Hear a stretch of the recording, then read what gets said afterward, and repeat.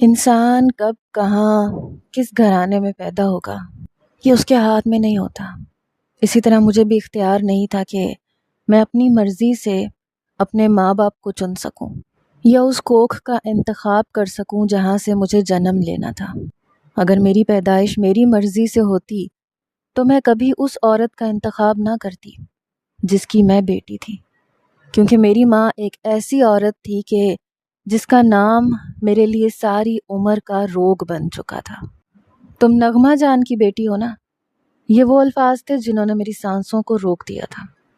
میں نے پلٹ کے دیکھا تو پیچھے ایک 24-25 سالہ لڑکا کھڑا تھا جو بڑی گہری نگاہوں سے میرا جائزہ لے رہا تھا۔ میں نے جلدی سے اپنا دوپٹہ درست کیا اور انکار میں سر ہلا دیا، لیکن وہ میرے قریب چلا آیا۔ پھر میرا بازو پکڑ کے اس نے زور سے مجھے اپنے آگے کیا اور پھر اپنی نظروں سے میرے چہرے کا جائزہ لینے لگا۔ اس لڑکے کی اس حرکت نے میرے اندر غصے کی لہر پیدا کر دی تھی۔ میں نے تیزی سے اپنا بازو چھڑوایا، کہا یہ کیا بدتمیزی ہے؟ کون ہو تم اور یہ کیا حرکت ہے؟ وہ مسکرا کے کہنے لگا میرا تعارف چھوڑیں، لیکن آپ کا تعارف بڑا ہی خوبصورت ہے۔ نغمہ جان کی بیٹی کو میں نہ پہچانوں یہ کیسے ممکن ہو سکتا ہے؟ آخر کو نغمہ جان اس قدر مشہور تھیں، اس قدر خوبصورت کہ اسے دیکھنے والا پلکیں جھپکنا بھول جاتا تھا۔ اور آپ بھی ہو بہو نغمہ جان جیسی ہی ہیں۔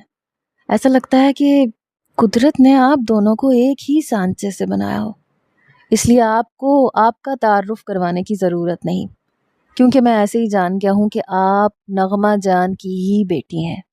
لیکن آپ یہاں اس وقت اس گھر میں کیا کر رہی ہیں یہ میں ضرور جاننا چاہوں گا۔ بڑی بے باک نگاہوں سے مجھے دیکھتے ہوئے اس نے مجھے میرا وہ تعارف یاد دلایا تھا جسے میں کبھی بھی یاد نہیں کرنا چاہتی تھی۔ میں نے اپنی آنکھیں کس کے بند کیں، کہا کہ خدا کے واسطے چپ کر جائیں، میں کسی نغمہ جان کو نہیں جانتی۔ اس سے پہلے کہ وہ کچھ کہتا تایا جان وہاں آ گئے۔ پھر انہوں نے اس لڑکے کو آواز دی، کہنے لگے زبیر تم یہاں کیا کر رہے ہو؟ تم کب واپس آئے؟ تایا جان کے منہ سے زبیر سن کر میرے کانوں میں سائیں سائیں ہونے لگی۔ مجھے یہ تو معلوم تھا کہ میرے تایا جان کا اکلوتا بیٹا زبیر ہے، لیکن یہ میری اس سے پہلی ملاقات تھی، اور جس تعلق سے اس نے مجھے پہچانا تھا اس کے بعد تو میں خود کو زمین میں غرق ہوتا محسوس کر رہی تھی۔ اس نے فوراً ادب سے تایا جان کو سلام کیا، کہنے لگا بابا میں ابھی کچھ دیر پہلے ہی آیا ہوں۔ سیمسٹر کے بعد چھٹیاں پڑی تھیں تو میں نے سوچا کہ یہ چھٹیاں آپ کے ساتھ گزار لوں۔ لیکن یہ موصوفہ کون ہے؟ زبیر کی نگاہیں ایک بار پھر مجھ پہ جم گئیں۔ وہ کہنے لگے ارے یہ تمہارے مرحوم چچا کی بیٹی ہے، تمہارے چچا نے مرتے وقت اس کی ذمہ داری میرے کندھوں پہ دے دی ہے، کیونکہ اس کی ماں بھی حیات نہیں ہے۔ تم تو جانتے ہو تمہارے چچا نے ساری زندگی ہم سے کوئی تعلق نہ رکھا، لیکن اس کی آخری خواہش کے طور پہ ہم نے اس لڑکی کو قبول کر لیا ہے، یہ اب یہیں رہے گی ہمارے ساتھ۔ تایا جان کی باتیں سنتے ہی زبیر کی آنکھیں پھٹ پڑیں۔ گہری نگاہوں سے مجھے دیکھتے ہوئے اپنے بابا سے پوچھ رہا تھا کہ چاچی کون تھی؟ کیا آپ کو معلوم ہے؟ زبیر کی بات پر میرے جسم کے رونگٹے کھڑے ہو گئے۔ میں سوچ بھی نہیں سکتی تھی کہ کبھی سچائی اس طرح بھی میرے سامنے آ کر کھڑی ہو جائے گی، اور میری وہ شناخت جسے میرے مرتے ہوئے باپ نے پوری طرح چھپایا تھا وہ تایا جان کے آگے آ جائے گی۔ تایا جان نے مجھے ایک گہری نظر ڈالی، کہنے لگے نہیں، جب یہ تمہارے چچا کے ساتھ یہاں آئی تھی تب تمہارے چچا نے بتایا تھا کہ ان کی بیوی کا انتقال ہو چکا ہے اور اب شہلا کا ہمارے سوا کوئی نہیں، اس لیے میں نے اسے قبول کر لیا ہے۔ لڑکی ذات ہے، چند دنوں میں کسی اچھے گھرانے میں اس کی شادی کروا دوں گا تو بھائی کی طرف سے میری ذمہ داری پوری ہو جائے گی۔ جاؤ اب تم آرام کرو، اور شہلا تم بھائی کے لیے کچھ کھانا تیار کرو تاکہ ہم سب مل کر ساتھ کھانا کھا سکیں۔ بہت عرصے بعد ہمارا بچہ گھر آیا ہے۔ تمہاری تائی کی طبیعت ٹھیک نہیں ہے، وہ آرام کر رہی ہیں۔ زبیر مسکراتے ہوئے مجھ پہ نظر ڈال کر اپنے کمرے میں چلا گیا، کیونکہ تایا جان میرے پاس ہی کھڑے تھے۔ اس کے جانے کے بعد تایا جان بھی کمرے میں چلے گئے۔ اور میرا سانس لینا مشکل ہو گیا۔ وہ تلوار جو کافی عرصے سے میرے سر پہ لٹک رہی تھی اب میری گردن تک پہنچ گئی تھی۔ بڑی مشکل سے میں نے زبیر کے لیے کھانا تیار کیا، اور پھر جب کھانے کا دسترخوان لگا تو میں نے بھوک نہ لگنے کا بہانہ بنا کر خود کو کمرے میں بند کر لیا۔ میں کسی بھی طرح زبیر کا سامنا نہیں کرنا چاہتی تھی، کیونکہ وہ میری ماں سے اچھی طرح واقف تھا۔ لیکن اس کا میری ماں سے کیا واسطہ تھا، یا پھر وہ انہیں کیسے پہچانتا تھا؟ مجھے اس بارے میں کچھ بھی علم نہیں تھا۔ تھوڑی ہی دیر بعد میرے کمرے کا دروازہ بجا۔ مجھے لگا تایا جان ہوں گے۔ میں نے دروازہ کھولا تو زاہد میرے کمرے کے دروازے پہ کھڑا تھا۔ مجھے دیکھ کے کہنے لگا، شہلا تم کھانے پہ کیوں نہیں آئی؟ تمہاری طبیعت تو ٹھیک ہے؟ زاہد زبیر کا بڑا بھائی تھا۔ اسے میری سچائی کا علم نہیں تھا، اس لیے وہ میرا بڑا خیال رکھتا تھا۔ خاص کر میرے ابا کے مرنے کے بعد اس گھر میں سب سے زیادہ زاہد کو ہی میرا خیال تھا۔ میں نے سر جھکا کے کہہ دیا کہ بھوک نہیں لگ رہی تھی، لیکن وہ نہ مانا۔ کہنے لگا، اگر کچھ اور کھانے کا ارادہ ہے تو بتا دو، میں تمہیں لا کے دے دیتا ہوں، لیکن اس طرح خالی پیٹ نہ سویا کرو۔ اس کی بات پر میری آنکھوں میں آنسو آ گئے۔ اس دنیا میں شاید وہ واحد انسان تھا جو میرے باپ کے بعد میرا سب سے زیادہ خیال رکھتا تھا۔ میں نے دھیرے سے کہا کہ نہیں، میرا کچھ بھی کھانے کا دل نہیں ہے، میں تھک چکی ہوں اور سونا چاہتی ہوں۔ اس نے ایک نظر مجھ پہ ڈالی، کہنے لگا، ٹھیک ہے، لیکن اگر کسی چیز کی ضرورت ہو تو مجھے بتا دینا۔ اب تو زبیر بھی آ گیا ہے، وہ بھی سارا دن گھر میں ہی ہوگا، تو تمہارا بھی دل لگ جائے گا۔ زاہد خود تو نوکری کرتا تھا، تایا بھی نوکری پر جاتے تھے، تائی بیمار عورت تھیں، اپنے کمرے میں رہتی تھیں، اس لیے زاہد کو یہ فکر ہوتی تھی کہ میں سارا دن گھر پہ اکیلی پریشان ہوتی ہوں۔ جب ہی وہ زبیر کے آنے پہ مطمئن ہو گیا تھا، اسے لگ رہا تھا کہ زبیر کے آنے سے میرا دل بہل جائے گا، لیکن میں اسے کیا بتاتی کہ زبیر تو اپنے ساتھ ساتھ میری سچائی بھی لے کر آیا تھا، اور اگر جس دن وہ سچائی تایا جان یا تائی جان کو پتہ چلتی تو نہ جانے کیا ہوتا۔ میرے مرتے ہوئے باپ نے مجھے وصیت کی تھی کہ میں کبھی کسی کو پتہ نہ چلنے دوں کہ میں نغمہ جان کی اولاد ہوں، لیکن میں اپنی اس شکل کا کیا کرتی جو ہو بہو میری ماں پہ گئی تھی۔ پھر زاہد واپس جانے کے لیے مڑا تو ایک سیکنڈ کے لیے رک گیا۔ کہنے لگا، کل میں چھٹی کروں گا، تمہیں اور زبیر کو کہیں لے کے گھومنے چلیں گے تاکہ تمہاری بھی آؤٹنگ ہو جائے، اور تھوڑا وقت میں زبیر کے ساتھ بھی گزار لوں گا۔ میرا چھوٹا بھائی بہت کم گھر واپس آتا ہے۔ ظاہر ہے زبیر کی بات سن کر میں نے کچھ بھی نہ کہا، لیکن میں زبیر کے ساتھ کہیں بھی نہیں جانا چاہتی تھی۔ مجھے تو اس کے وجود سے ہی خوف آ رہا تھا، نہ جانے کب وہ میرا سچ بول کے رکھ دے۔ زاہد کے جانے کے بعد میں کمرے کا دروازہ بند کر کے سونے کے لیے لیٹنے لگی تو پھر دروازہ بج اٹھا۔ میں سمجھی پھر زاہد ہوگا۔ میں نے دروازہ کھولا تو سامنے زبیر کھڑا تھا۔ مسکرا کے مجھے دیکھتے ہوئے کہنے لگا، آپ کھانے پہ کیوں نہیں آئیں؟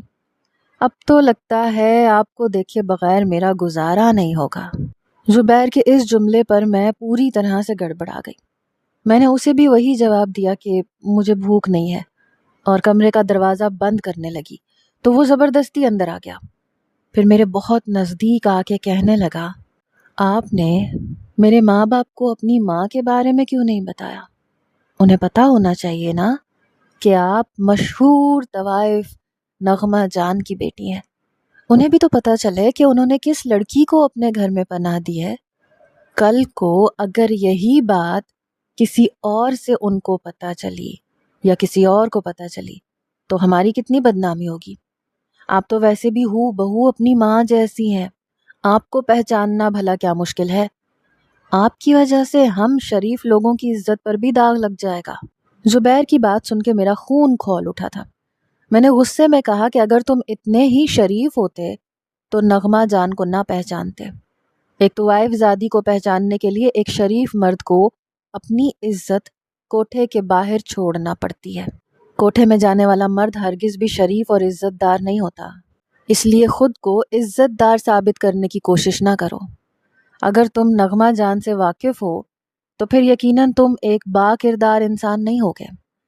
میری بات پہ زبیر زور سے ہنسا۔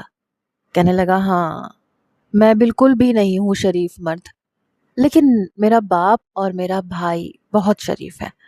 میں جس شہر میں رہتا ہوں وہاں اپنے دوستوں کے ساتھ آوارہ گردی بھی کرتا ہوں اور کوٹھوں کی سیر بھی۔ کئی دفعہ میں نے نغمہ جان کا وہ رقص دیکھا ہے جو کسی بھی جوان مرد کے دل کو بے قابو کر سکتا ہے، لیکن نغمہ جان جوانی میں کتنی حسین ہوگی اس کا اندازہ تمہیں دیکھ کے مجھے اچھی طرح سے ہو گیا ہے۔ تم کوٹھے کو چھوڑ کے میرے شریف باپ کے گھر میں کیا کر رہی ہو یہ تو تم ہی بتاؤ مجھے۔ زبیر کی باتوں نے مجھے لرزا کے رکھ دیا تھا۔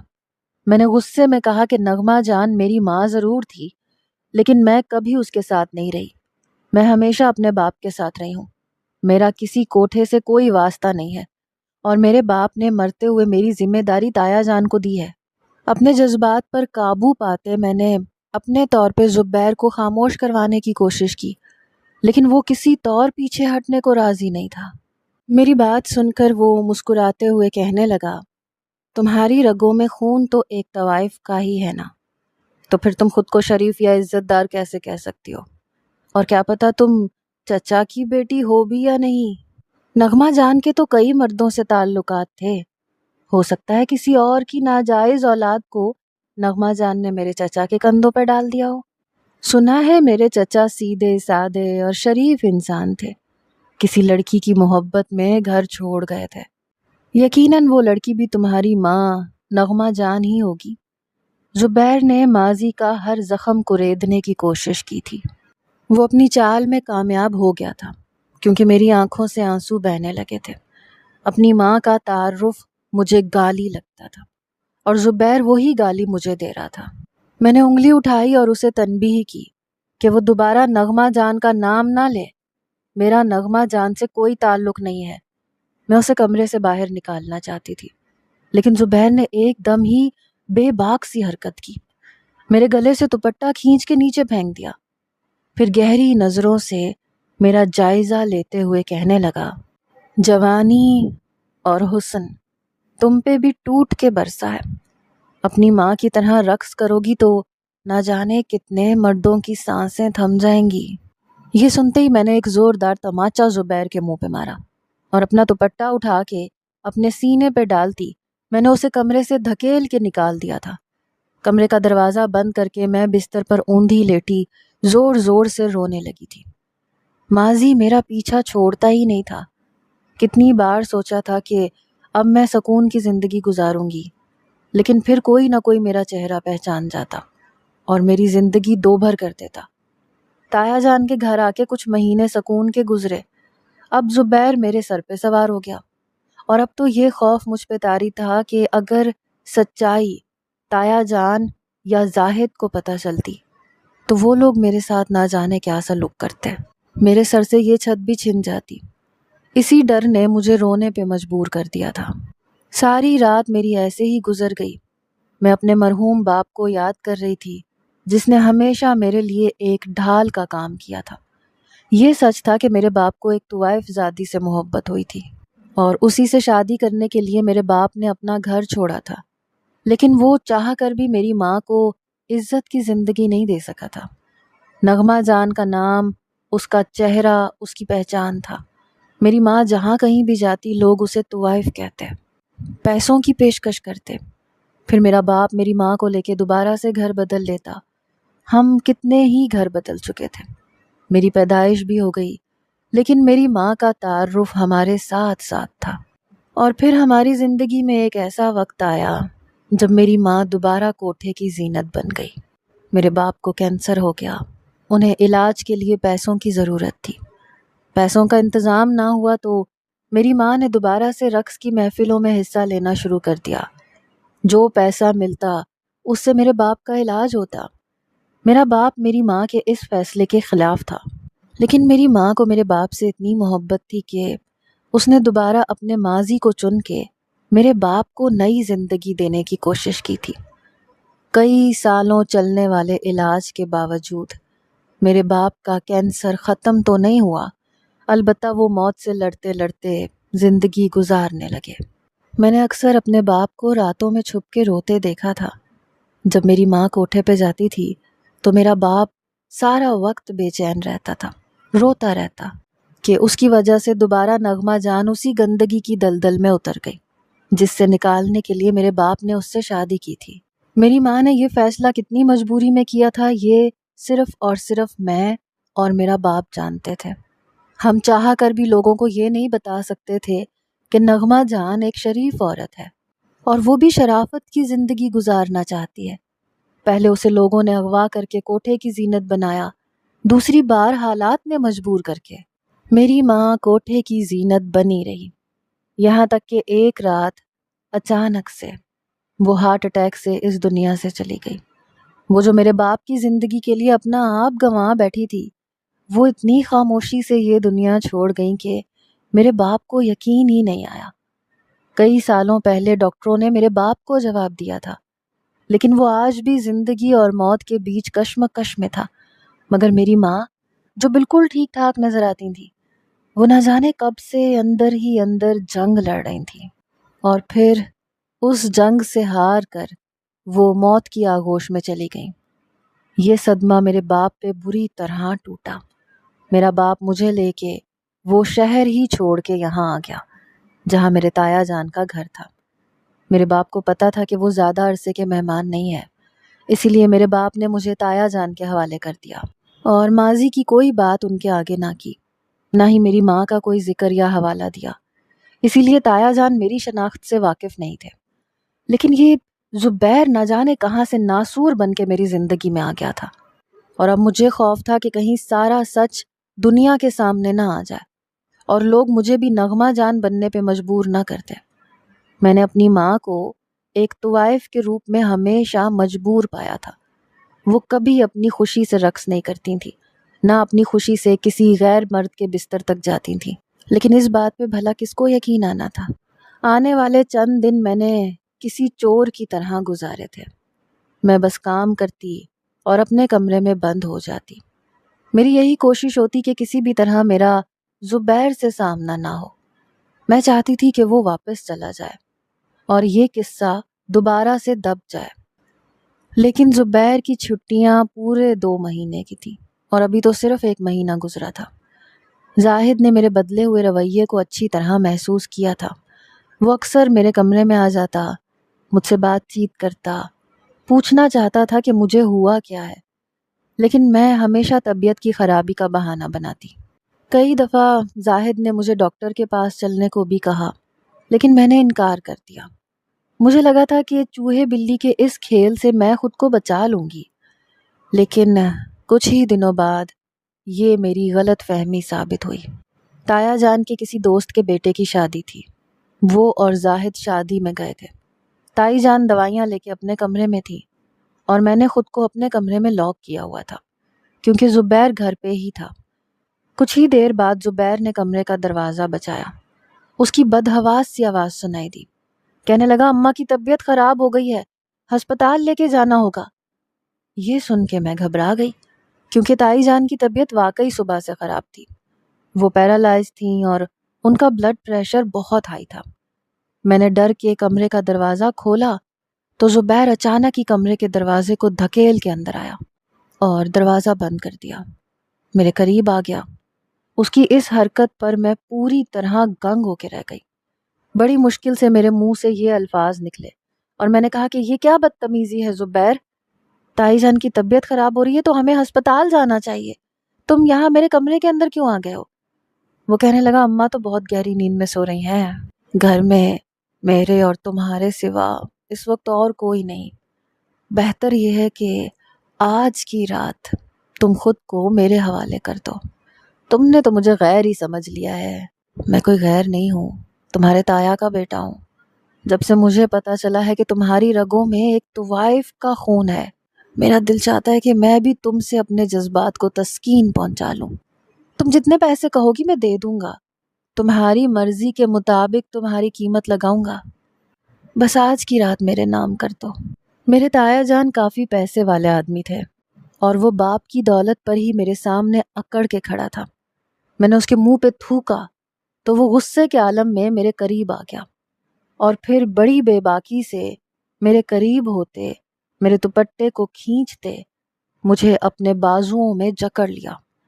زبیر کی اس حرکت پہ میرا سانس رکنے لگا تھا۔ میں غصے میں زور سے چیخی، کہا کہ یہاں سے دفع ہو جاؤ، میں کوئی طوائف نہیں ہوں جو خود کو تمہارے لیے پیش کر دوں گی، تمہارے دیے ہزاروں روپے بھی میرے لیے خاک برابر ہے۔ میں ایک شریف لڑکی ہوں، اپنی عزت کا سودا نہیں کر سکتی۔ میری بات پہ وہ زور سے ہنسا، مجھے دھکیل کے بستر پہ گرا دیا اور پھر مجھ پہ حاوی ہونے لگا۔ میری چیخوں سے سارا گھر گونجنے لگا۔ اسی وقت کمرے کا دروازہ کھلا اور زاہد اندر آ گیا۔ یہ منظر دیکھتے ہی اس نے زبیر کو مجھ سے دور کھینچا اور ایک زوردار تھپڑ مارتے ہوئے اس سے اس گھٹیا پن کی وجہ پوچھنے لگا۔ میں رو رہی تھی، تھر تھر کانپ رہی تھی، اور زبیر میری عزت کے پرخچے اڑاتے ہوئے زاہد کے سامنے مجھے بد کردار اور بے حیا کہہ رہا تھا۔ تایا جان بھی کمرے میں آ چکے تھے، نہ جانے کیسے وہ دونوں جلدی لوٹ آئے تھے۔